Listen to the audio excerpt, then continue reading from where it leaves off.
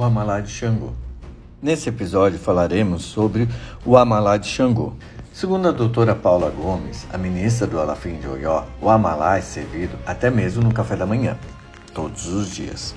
Em Oió, preparam o Amalá Isugidi, o inhame do Amalá Dudu, ou seja, o Amalá escuro. Descascam o inhame, cortam em rodelas finas e deixam secar ao sol.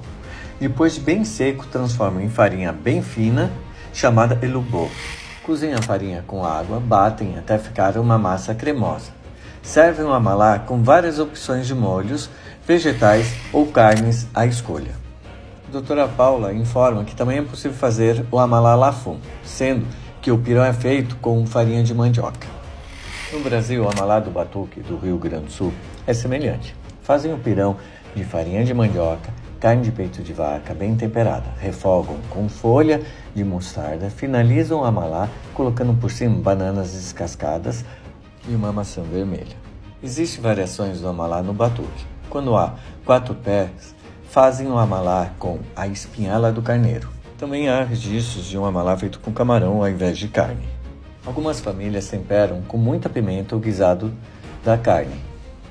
No Brasil, as comidas que são ofertadas ao orixá podem ser servidas nos templos em dias de festas ou obrigações. Algumas famílias arriam o amalá em cima de um pilão, pois dizem que um rei não pode comer no chão. Outras famílias não arriam o amalá sobre o pilão, a menos que a casa seja de Xangô, pois informam que uma comida de um orixá não pode ficar acima da comida do orixá dono da casa. E completam que muitos orixás são reis e rainhas e possuem uma hierarquia dentro de uma casa. Considerações. A mesma refeição que comem diariamente é servida ao orixá. Em terras iorubá também fazem o amalá de banana da terra. Segundo a Renata Ariquê, não é feito o amalá com quiabo. Xangô não tem problema com o quiabo, no entanto, não é servido para o orixá.